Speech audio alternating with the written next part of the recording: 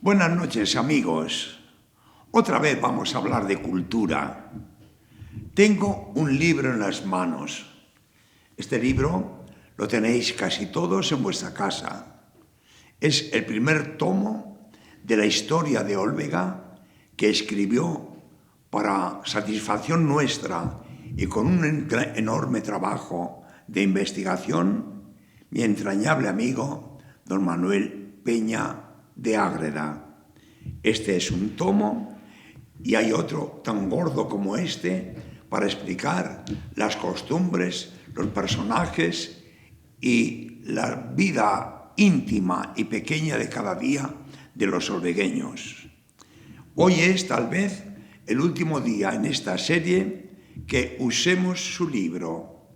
Una y otra vez no me cansaré de repetir que casi todo lo que yo os digo está en estos libros y yo os lo he dicho para que no se os cansen los ojos leyendo, pero sí para que os distraigáis oyendo la historia de nuestro pueblo, que de alguna manera es nuestra propia historia.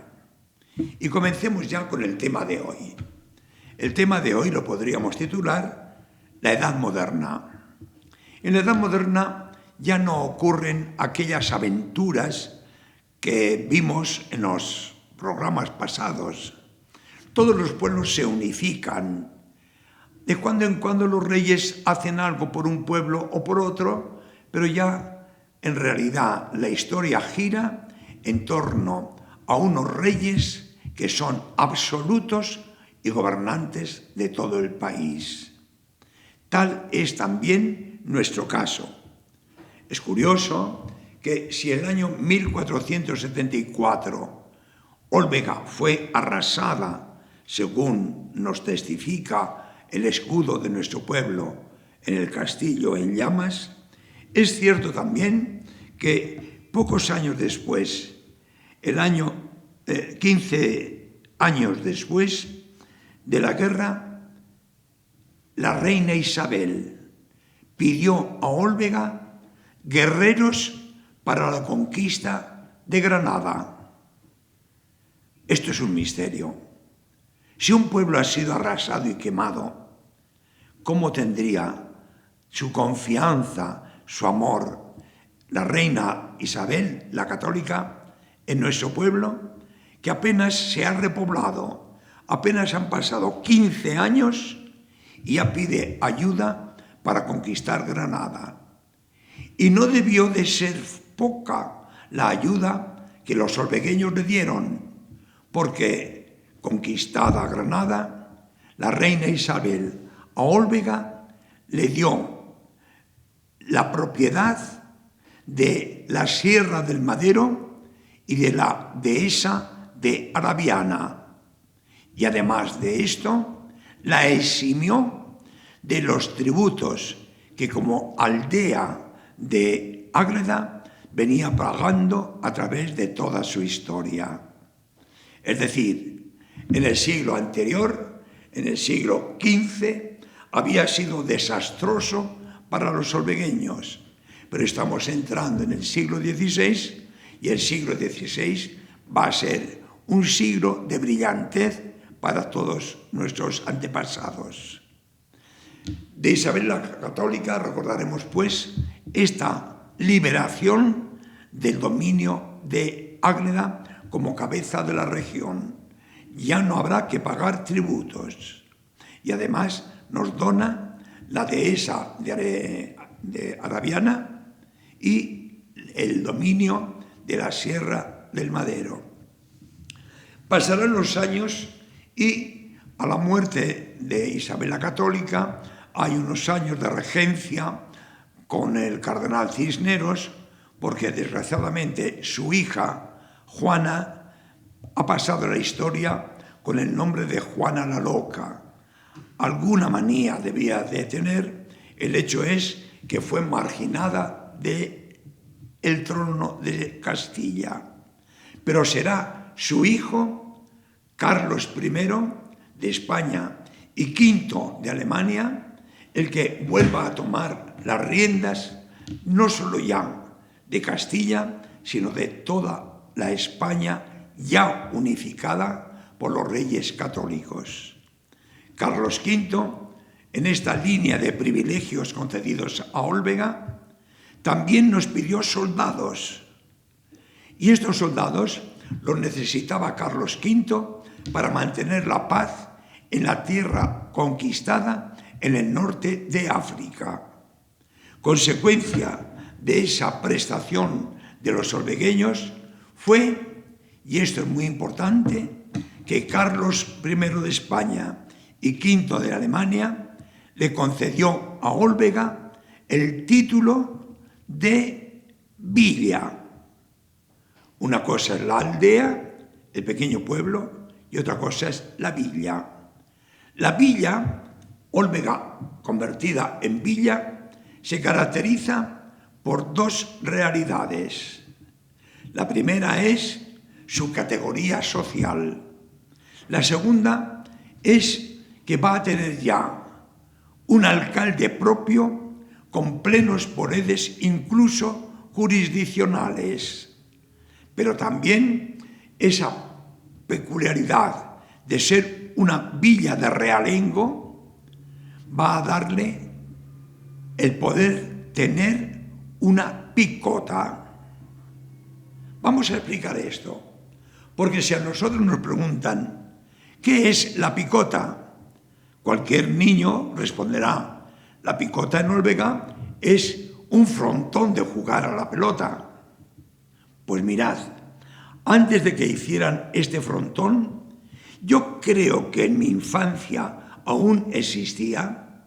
La picota era una columna de piedra que existía a la entrada de los pueblos para indicar que esa ciudad, que esa población, era una villa. En la picota se ajusticiaba a los malhechores y se exponía la cabeza de los que habían sido ajusticiados. Por tanto, era un signo de la jurisdicción que el alcalde tenía en la población. Nuestra picota ha conservado el nombre. Luego ya, a mediados del siglo XX, cuando hicieron este gran frontón, ya desapareció aquella columna, pero nos ha quedado el nombre. No olvidemos, pues, que picota significa que Olvega es una villa, no una aldea, sino una villa independiente que tiene su alcalde con todos los poderes jurisdiccionales que fueran necesarios. Además de esto, el rey Carlos V, o Carlos I de España, le otorgó un montón de dinero a la población de Olvega para que creciera en su extensión, en sus habitantes, en su poderío, en su grandeza. Tendríamos que preguntarnos, ¿cómo es que en Olvega, una ciudad arrasada por segunda vez, se hace una iglesia tan grande? Porque el pueblo era sencillamente, se esperaba hacer de él un pueblo grande. Un pueblo grande ha sido el sueño de todos los que después, también en nuestro tiempo, han querido que Olvega fuera el más brillante, el más trabajador, el más feliz de todos los pueblos de España. Pero de esto ya os hablaré otro día. De la época de Carlos V es necesario que comentemos un poco algo que no nos afecta directamente, pero de lo que hemos oído hablar muchas veces. Es de los comuneros. ¿Qué eran los comuneros? Cuando Carlos V nació en los Países Bajos. Allí fue educado, allí se hizo amigos, allí entró en la vida política y entonces, cuando le tocó ya por haber crecido, por venir a España a ser el rey de España, se trajo como gobernantes a todos sus amigos de los Países Bajos. Además, era nieto del emperador de Alemania y con todos los derechos él buscó que fuera nombrado emperador de Alemania. Por eso lo llamamos Carlos I de España y V de Alemania. Todos estos son gloriosos hechos, pero tienen consecuencias a veces muy dolorosas. Concretamente, cuando vino Carlos V, sin conocer aún ni siquiera la lengua castellana, cargó de impuestos para adquirir su rango de emperador y para mantener su oposición a los demás aspirantes al imperio de Alemania, cargó de impuestos no a toda España, sino a Castilla. Castilla, claro, desde los reyes católicos, era el corazón de la unidad española. Pues bien, sobre Castilla cayeron impuestos y más impuestos. Ocurrió entonces que en Toledo se rebelaron contra tantos impuestos, siempre manejados por los holandeses. A Toledo se le unió prácticamente Soria, Zamora y toda Castilla. ¿Qué trajo como consecuencia? Un enfrentamiento militar entre las tropas de Carlos V y las tropas naturales de los españoles, que incluso en Medina fue una ciudad arrasada por ser partidaria de los comuneros, fue arrasada, pero era el lugar donde se hacían las armas.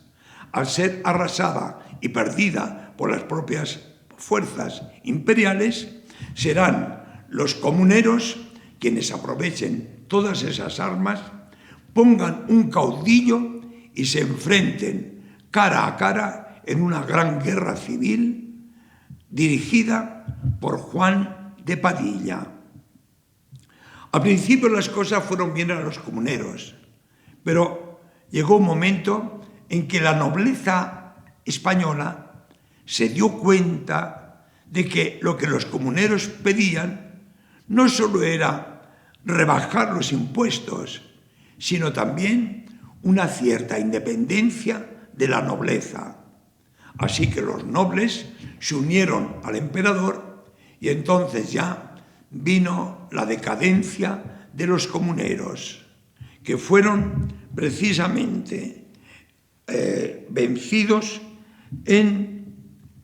como todos lo sabéis muy bien, en Aralar, el día 23 de abril de 1521.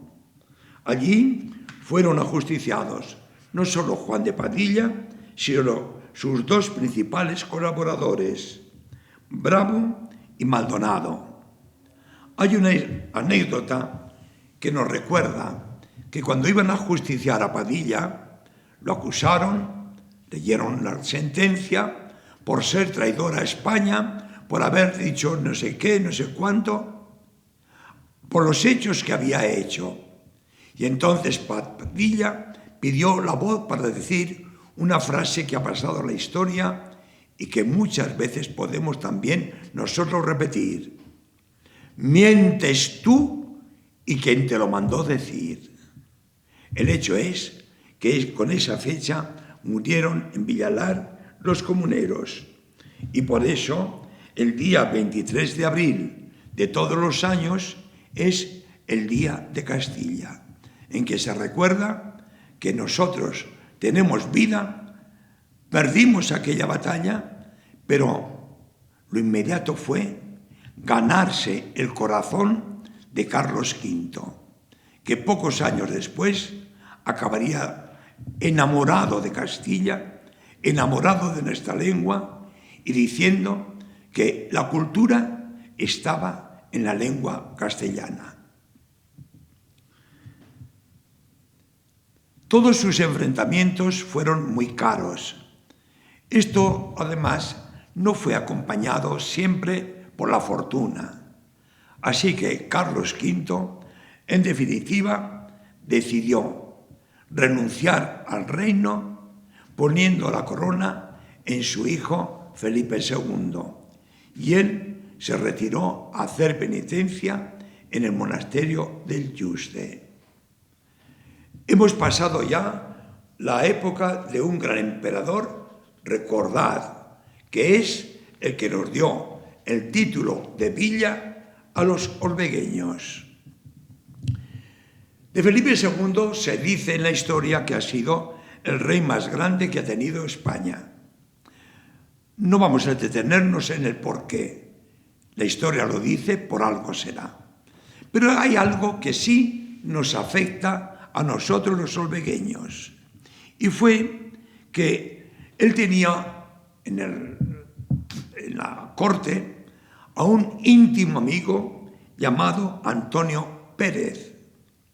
Pero un día le denunciaron y se descubrió que ese íntimo amigo suyo, que conocía los secretos, que era el principal consejero de Felipe II, estaba vendiendo cargos y además apoyando a los flamencos, que eran entonces españoles, pero que querían también su independencia. Esto trajo como consecuencia la condena de Antonio Pérez. Antonio Pérez no pudieron encarcelarlo porque primero de todo huyó a Zaragoza. Recordemos que aunque la unidad de España se había fraguado en tiempos de los reyes católicos, sin embargo, mantenían una cierta independencia jurídica los aragoneses. Por esa razón, no pudieron capturar a Antonio Pérez, sino que al revés, los zaragozanos se pusieron a favor de él. Y Antonio Pérez aprovechó entonces para inventarse lo que la historia conoce como la leyenda negra de Antonio Pérez. Se inventó lo que quiso, haciendo culpable a Felipe II de la muerte de su desgraciado hijo, que murió tan joven y del que ya hablamos. Lo cierto es que ante ese levantamiento militar de los aragoneses, Felipe II, esto es lo que nos afecta, tuvo que organizar un ejército que en las faldas del Moncayo fue engrandeciéndose. Por tanto, prácticamente Ágreda, Olvega, La Cueva y toda esta región estaba superpoblada de ese ejército con el que Felipe II quería invadir Aragón, no por Aragón, sino para capturar a Antonio Pérez. Esto duró casi medio año. Y claro, aquellos soldados vivían a costa de lo que los pobres olvegueños y agrediños le podían dar para su mantenimiento. Antes de que se decidiera este enfrentamiento militar, también huyó Antonio Pérez de Zaragoza y se escondió en Francia, donde murió después de habérsele perdido la pista.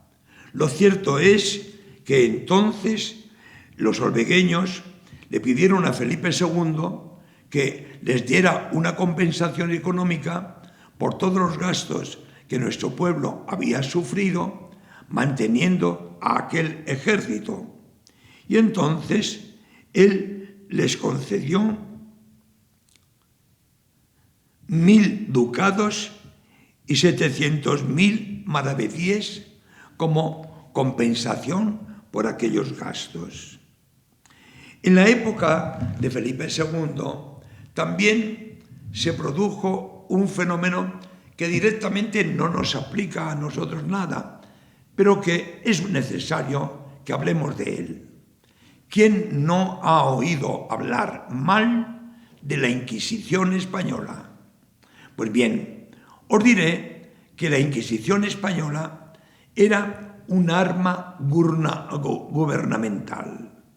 La Iglesia podía juzgar a los que eran cristianos o los que no eran cristianos en sus escritos, pero ahí acababa.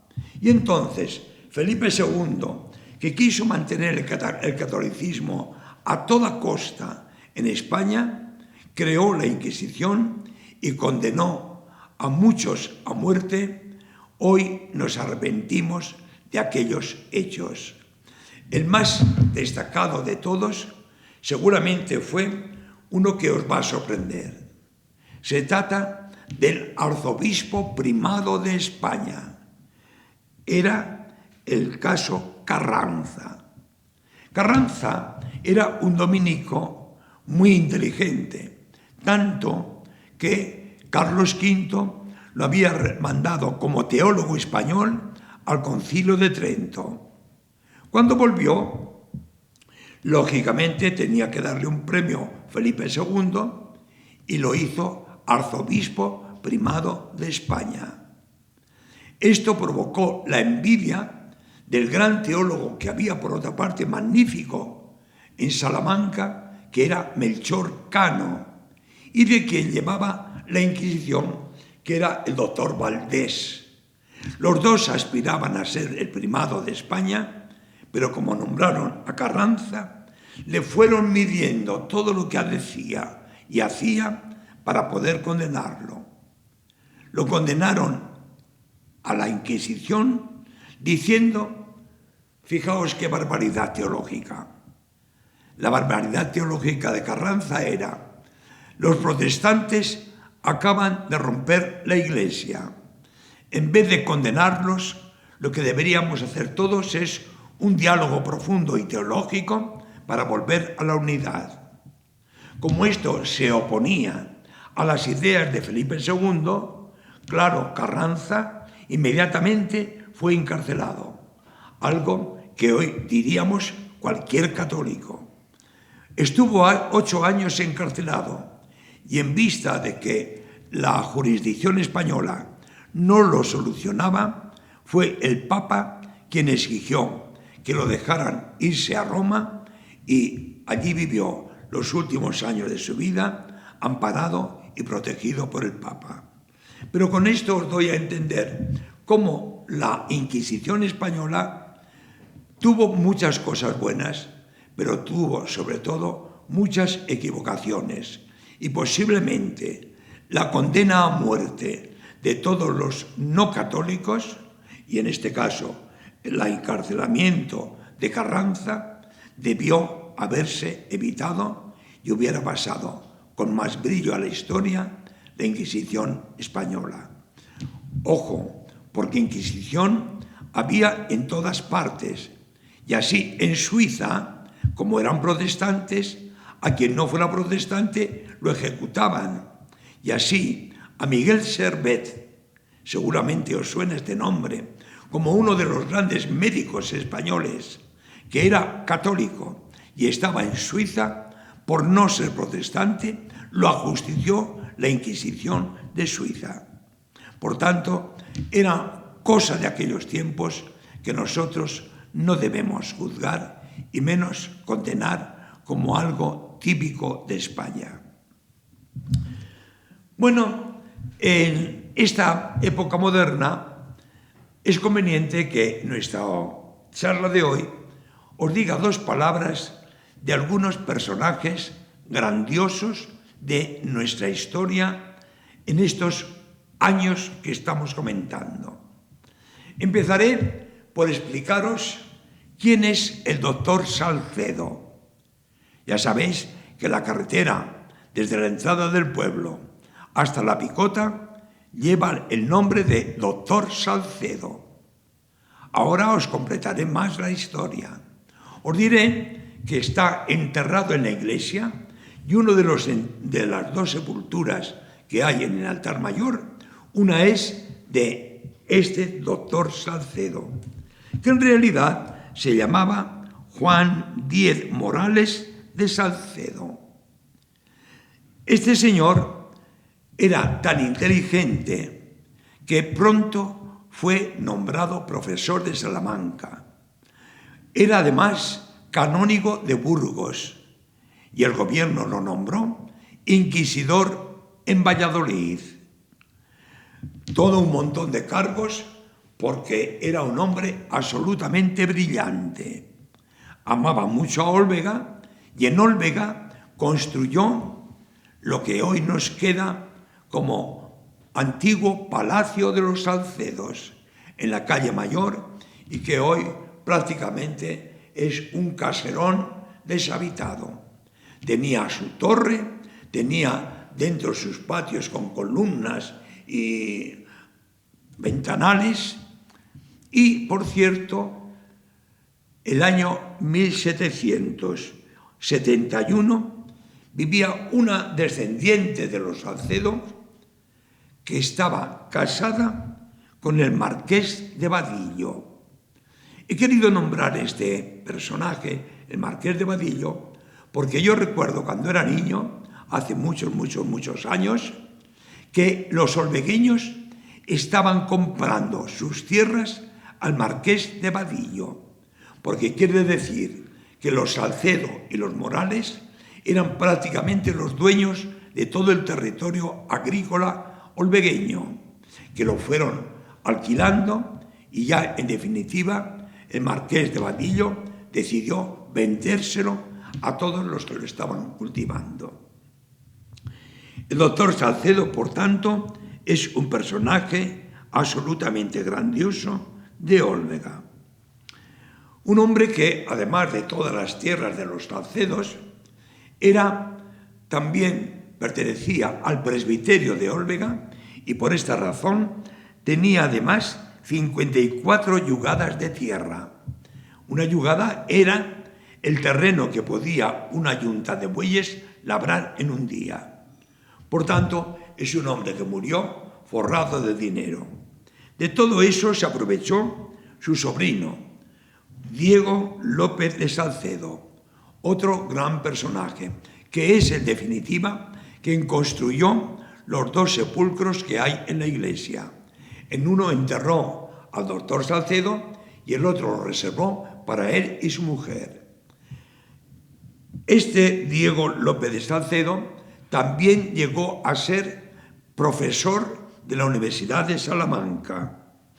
Escribió una historia investigando de dónde venían los Salcedos que había en Olvega y llegó a la conclusión de que el apellido Salcedo era una derivación del apellido Salazar.